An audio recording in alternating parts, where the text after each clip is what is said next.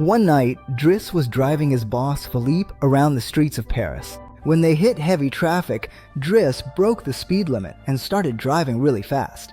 Because of this, the police started chasing her. Driss bet €100 that he could get away from the police. But under a bridge, the police surrounded their car from both sides. Even then, he wasn't bothered and doubled down, betting €200 that the police would let them go. As soon as he got out of the car, he started acting in front of the police, pretending that something had happened to Philippe. And since Philippe was already paralyzed, he said they couldn't take any risks. That's why he was taking him to the hospital as quickly as possible.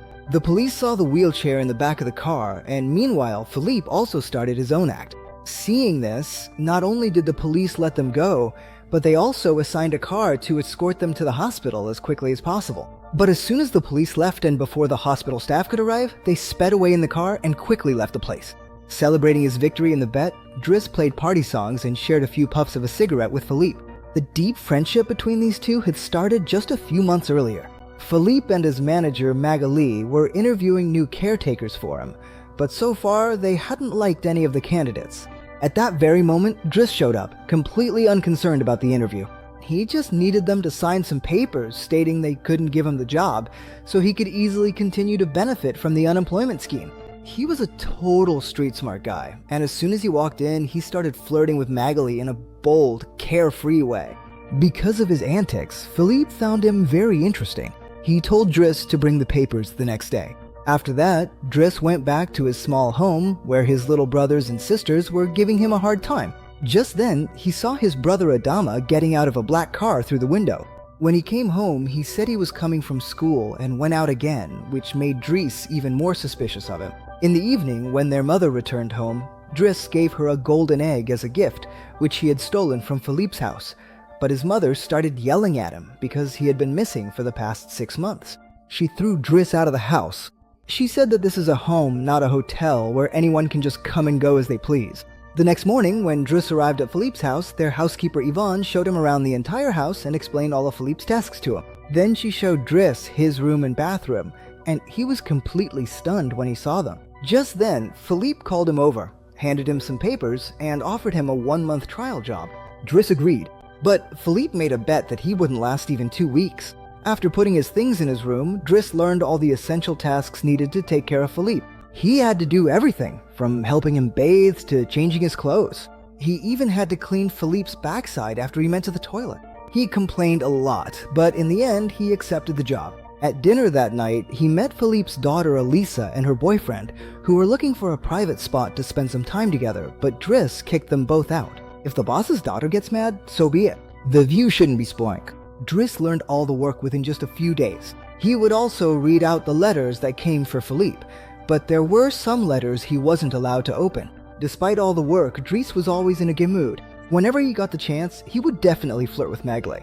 One morning, Driss had to take Philippe out for a drive, but instead of putting Philippe in the back like luggage, he seated him next to him in a sports car. At first, even Philippe didn't think it was right, but later, he got excited too. When they went outside, a man had parked his car right in front of their door. Without wasting any time, Driss grabbed the man by the collar and pointed to the no parking sign outside the house. Philippe was really impressed by what he did. Then the two of them went to a museum where Philippe was about to buy a painting. But Driss said, "Uncle, have you lost your mind? I get that you have a lot of money, but you can't just throw it away like that. Who buys a blank canvas with just a splash of red paint on it, man?" After this, Philippe met one of his relatives who told him that Driss wasn't the right guy and that he'd even been to jail once. But Philippe didn't care about that. He liked Driss because, unlike everyone else, Driss didn't pity him. He always treated him like a regular person and kept him engaged.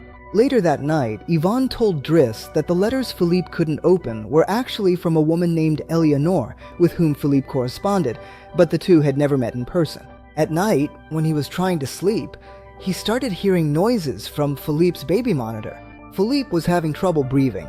Driss couldn't ignore it, even if he wanted to, so he went to Philippe's room and calmed him down. He wiped Philippe's face with a wet cloth, and finally, Philippe fell asleep. But after just a little while, Philippe started having trouble breathing again. This time, without any hesitation, Driss put him in the wheelchair, wrapped him in a blanket, and took him for a walk along the river. Philippe hadn't been out on the streets of Paris at night in who knows how long. He told Driss that sometimes the environment works better at easing pain than medicine does. When the pain started again, Driss told him to smoke some weed with him.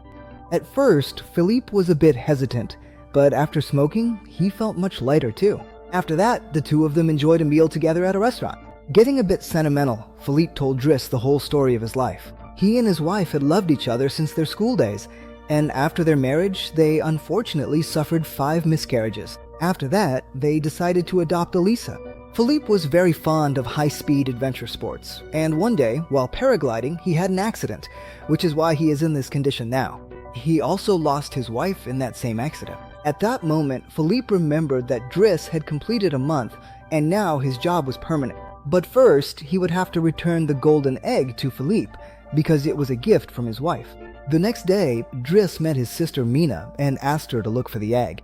During the conversation, Driss found out that the police had been coming around their house for quite some time. He realized that Adam must be in some kind of trouble, so he quickly went to meet him. Actually, Adam had been caught with 30 grams of drugs.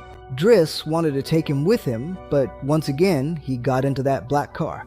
Driss left from there in despair. Later, he was sitting with Philippe, helping him write a letter to Eleanor. He was surprised that until now, neither of them had even seen a picture of the other. He took Eleanor's number from the letters and had Philippe talk to her directly.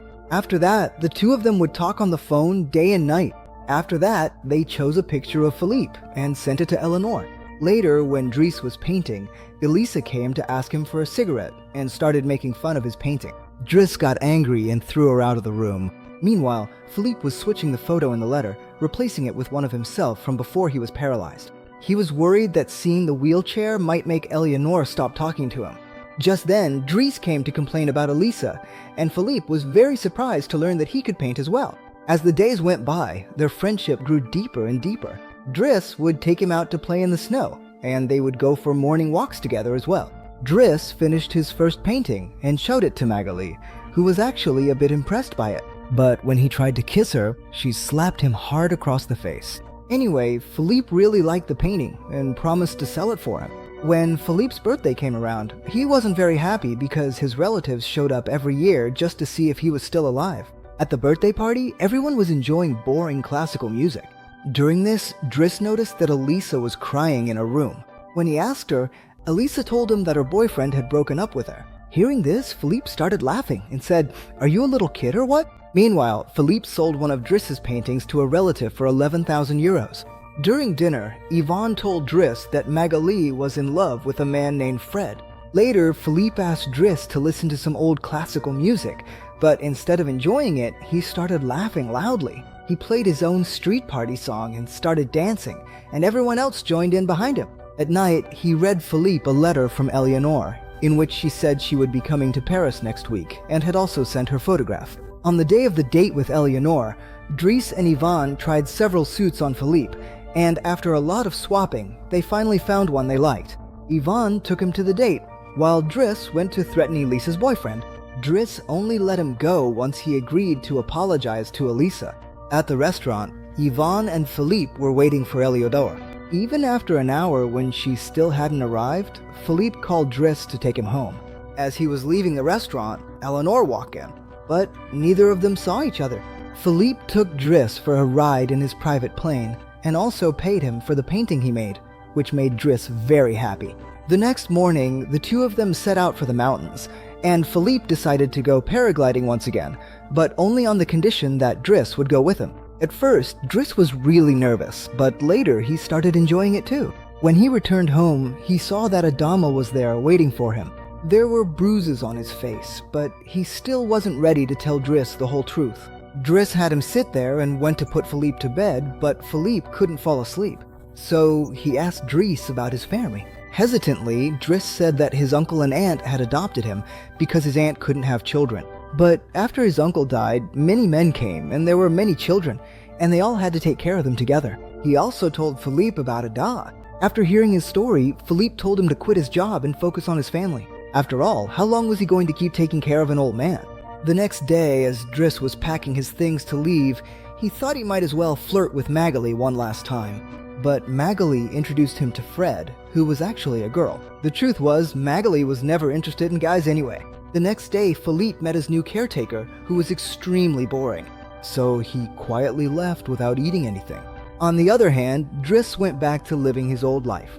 He also made it clear to the guy with the black car to stay away from Adama. Philippe started feeling sad now. One night, he was in a lot of pain, but he didn't ask anyone for help.